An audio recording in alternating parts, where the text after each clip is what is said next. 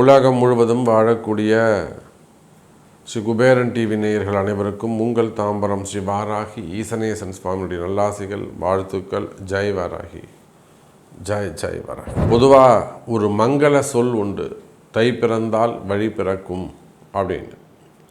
ஏன் அப்படி சொல்கிறாங்கன்னா, காலபுருஷனுக்கு 10வது வீடாக இருக்கக்கூடிய மகர ராசிக்கு சூரியன் பிரவேசம் செய்யக்கூடிய அற்புதமான நன்னாள். கர்மாதிபதி சனி பகவான் தலையெழுத்து ஒரு இந்த பூமியில் ஒரு உயிரினம் பிறக்குதுன்னா அது ஆணோ பெண்ணோ அல்லது குழந்தையோ வாலிப பருவமோ எதுவாக இருந்தாலும் அவனுடைய கர்மா என்ன, அவனுடைய பாவத்துவம் என்ன, அவன் என்ன அனுபவிக்கணும், எதுக்காக பிறந்திருக்கிறான் அப்படின்னு தீர்மானிக்கக்கூடியவர் சனி பகவான். அதை கிட்ட இருந்து செயல்படுத்தக்கூடியவர் சூரிய பகவான். அவங்க 2 பேரும் சந்திக்கக்கூடிய அந்த அதனால தான் 10ஆம் இடம் கர்மஸ்தானம்னு வச்சாங்க. அப்போது இங்கே பார்த்தீங்கன்னாக்கா சனியுடைய வீட்டுக்கு சூரியன் செல்லக்கூடிய மாதம் தை மாதம். செவ்வாய் ஆட்சி உச்சம் இருக்கக்கூடிய ஒரு அற்புதமான ராசி. அப்படியாக இந்த மாதம் தை மாதம் நல்லபடியாக பிறந்திருக்கு, புது வருஷம் பிறந்திருக்கு. இந்த புது வருஷம் பிறந்ததோடு மட்டும் இல்லாமல் இந்த தை மாதத்தில் 2-3 நல்ல விஷயங்கள் நடக்குது. இந்த தை மாத ராசி பலனை நம்ம எப்படி பார்க்க போகிறோம், எப்படி கணிக்க போகிறோம்னாக்கா,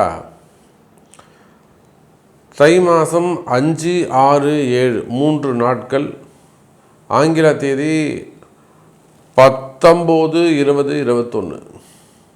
இந்த 3 நாட்களும் தை மாதம் 5, 6, 7 இந்த 3 நாட்களும் 5 கிரக சேர்க்கை நடைபெறுகிறது.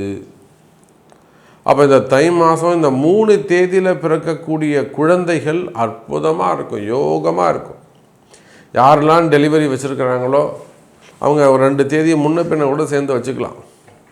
ஏன்னா செவ்வாய் உச்சம் அஸ்தங்கமாயிட்டார், அது வேற ஒரு விஷயம். செவ்வாய் உச்சம் பெற்று அஸ்தங்கமாகியிருக்கிறார். 5 கிரக சேர்க்கை இந்த தை மாதத்தில் 5 கிரக சேர்க்கை நிகழுது 3 நாட்கள்.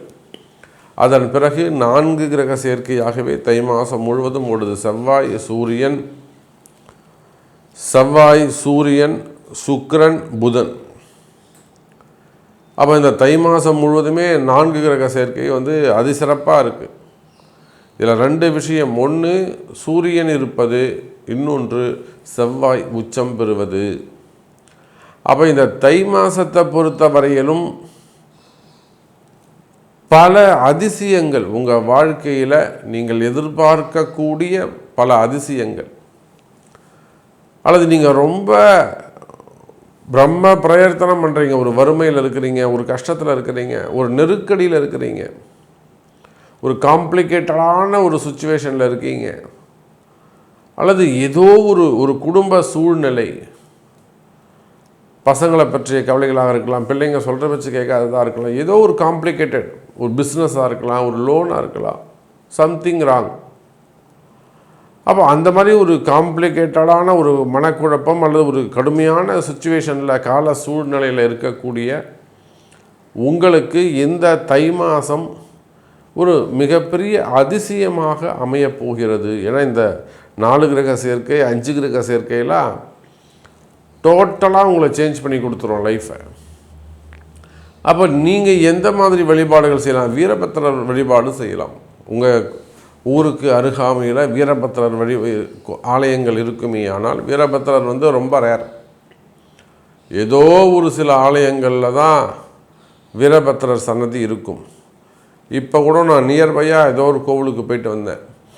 சங்கரன் கோவில் பக்கத்தில் கரியவளம்பேட்டைன்னு ஒரு ஊருன்னு நினைக்கிறேன், ஐ திங்க். அங்கே அந்த வீரபத்திர சன்னதி வாசல்லே இருக்குது. சங்கரன் கோவிலே கூட வீரபத்திர சன்னதி இருக்குதுன்னு நினைக்கிறேன்.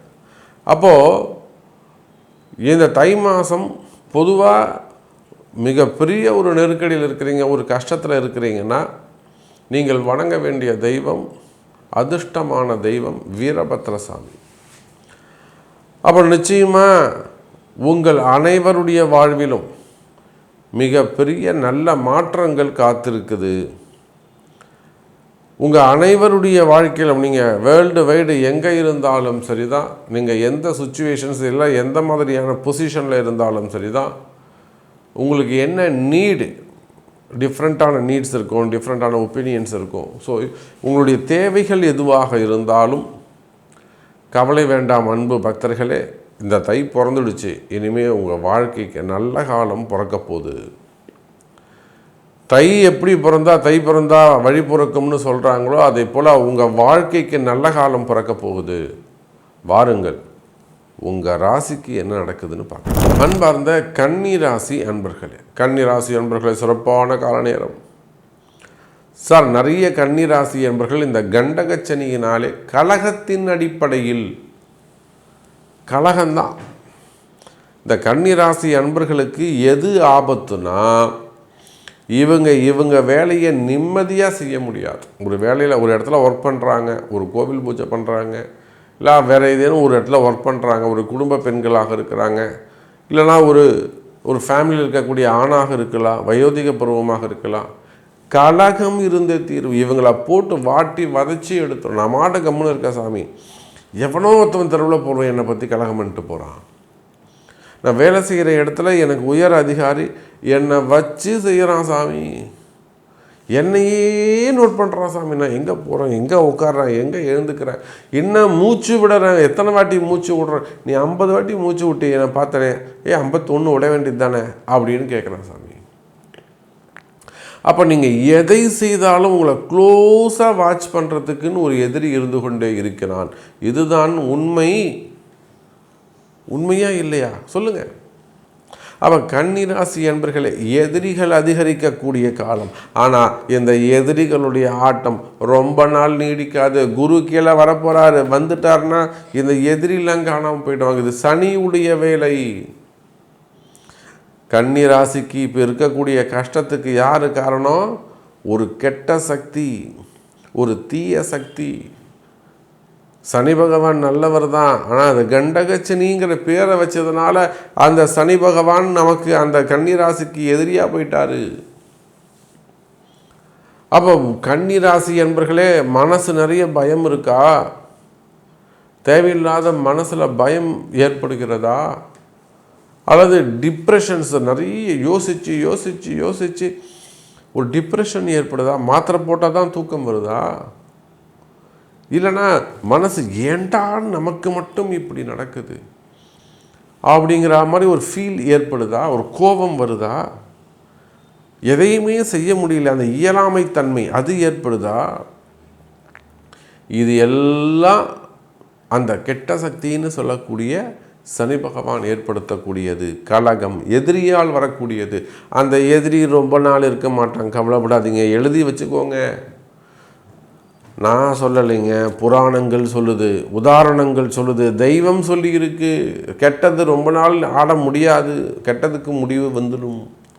அப்போ உங்களுக்கு அதிவிரைவில் நிம்மதி பிறக்கும், சந்தோஷமாக இருப்பீங்க. அதிவிரைவில் இந்த தை மாதமே கூட நீங்கள் சந்தோஷப்படக்கூடிய விஷயங்கள், செய்திகள் தொலைதூரத்தில் இருந்து உங்களுக்கு வந்து சேரும். கன்னிராசி அன்பர்களே, அப்போ ஒரு பக்கம் கண்டகச்சனியினால் வரக்கூடிய கஷ்ட நஷ்டங்கள், இன்னொரு பக்கம் பார்த்தீங்கன்னாக்கா ராகு கேதுவால் வரக்கூடிய தொந்தரவுகள். ராகு கேதுவும் பிரச்சனை தான் உங்களுக்கு. ராசிக்கு 6ஆம் இடத்தில் இருக்கக்கூடிய ராகு, 12ஆம் இடத்தில் இருக்கக்கூடிய கேது. 6, 12 மறைஞ்சிட்டாங்கன்னு நீங்கள் நினைக்காதீங்க. சனி ராகு தொடர்பு ஏற்படுது. சனியும் ராகுவும் சந்தித்து கொள்கிறார்கள். ராகுவுடைய வேலையும் உள்ள இருக்கு கலகம். நிறைய கன்னிராசி அன்பர்கள் ஒரு முதலீடு செய்யணும், ஒரு தொழில் தொடங்கணும்னு ஸ்டார்ட் பண்ணுவாங்க, எவ்வளவோ முயற்சி பண்ணுவாங்க, தள்ளி போகும், கைகூடாது, விலகி போகும், அந்த விஷயம் கைகூடாது, ஒன்று சேராது. அப்போ இதுக்கெல்லாம் என்ன சார் காரணம்? இதெல்லாம் தான் நம்ம கண்டுபிடிக்கணும். சனி ராகு தொடர்பு. யாராவது கன்னிராசிக்கு ராகு பிரச்சனைன்னு சொன்னால் நம்புவாங்களா? ஆனால் உண்மையிலே ராகு தான் ப்ராப்ளத்துக்கான காரணம். அப்போ சனியுடைய குணம் மாறுது. சனி மட்டும் தனி கண்டகச்சனியாக இருந்தார்னா கன்னிராசிக்கு இவ்வளோ ப்ராப்ளம் வராது. கன்னிராசிக்கு இவ்வளோ ப்ராப்ளம் வராது. ராகு போய் சேர்றதால ராகுவுடைய அந்த நச்சு, அந்த விஷத்தன்மை அதிகரித்து அந்த விஷம் சனியோட கலக்கும்போது அந்த ஏற்கனவே சனியோடு இருக்கக்கூடிய அந்த கலகங்கள் விஷம் கலந்ததாக மாறிவிடுகிறது. அப்போ இதுக்கெல்லாம் நம்ம என்ன செய்கிறது? நமக்கு என்னங்க தெரியும்? அந்த கெட்ட சக்தி வீழ்த்தணும்னா ஒரே ஒரு நல்ல சக்தி, தெய்வ சக்தி தான். தெய்வ வழிபாடு, சாமி கும்பிட்றது மட்டும்தான் இதுக்கு சிறப்பு. ஆனால் பாருங்கள் கன்னி ராசி என்பர்களே, இந்த தை மாதத்தில் நிகழக்கூடிய அந்த 5 கிரக சேர்க்கை உங்களை